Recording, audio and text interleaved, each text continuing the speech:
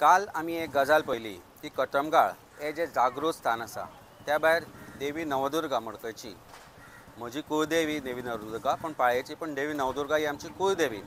ह्या दोन्ही स्थानांचेर कांय लोकांनी राजकारण घुसयलें। कटमगाळ तांणी काल गाराणें घालें आनी अशा तरेच्यो मागणी देवळांतय जाल्यो की जे कोण तांच्या राजनितीक लिडराचेर उलयल्या बाब सुदीन ढवळीकाराचेर उलयला, जे कोण सुदीन ढवळीकाराचेर आरोप केला तांचे वायट जावचें, तांचे घट्टण जावचें। आमी अजून पर्यंत पळयले की देवा समोर शपथ घेवन फटोवन भारतीय जनता पार्टीन वचपी लोक आशिल्ले। आज अशी परिस्थिती जाल्या की हांणी कटमगाळ सारकें जें स्थान आसा आनी जे नवदुर्गेचें देवस्थान आसा तें सोडलें ना। आज तांणी देवळांय सोडलीं ना राजकारण करपाक।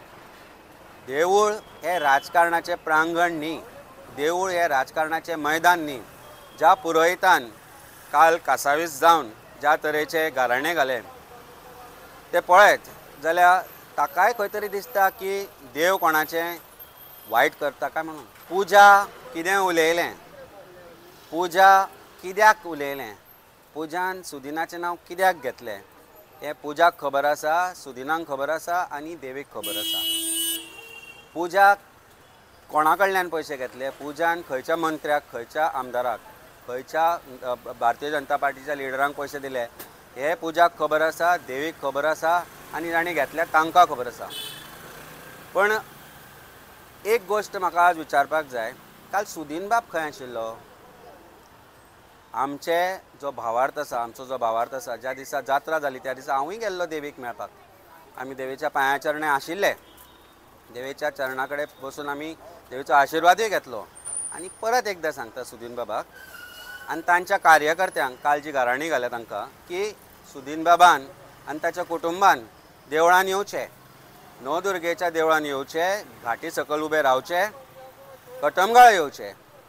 आनी परत एकदां आमी गाराणें घालें आनी तांणी सांगचें की आपूण राजकारणान आसतना करप्शन करूं ना, आपूण राजकारणान आसतना कोणाच कडले पयशे घेवना, आपल्या कुटुंबानूय कोणा कडले पयशे घेवना।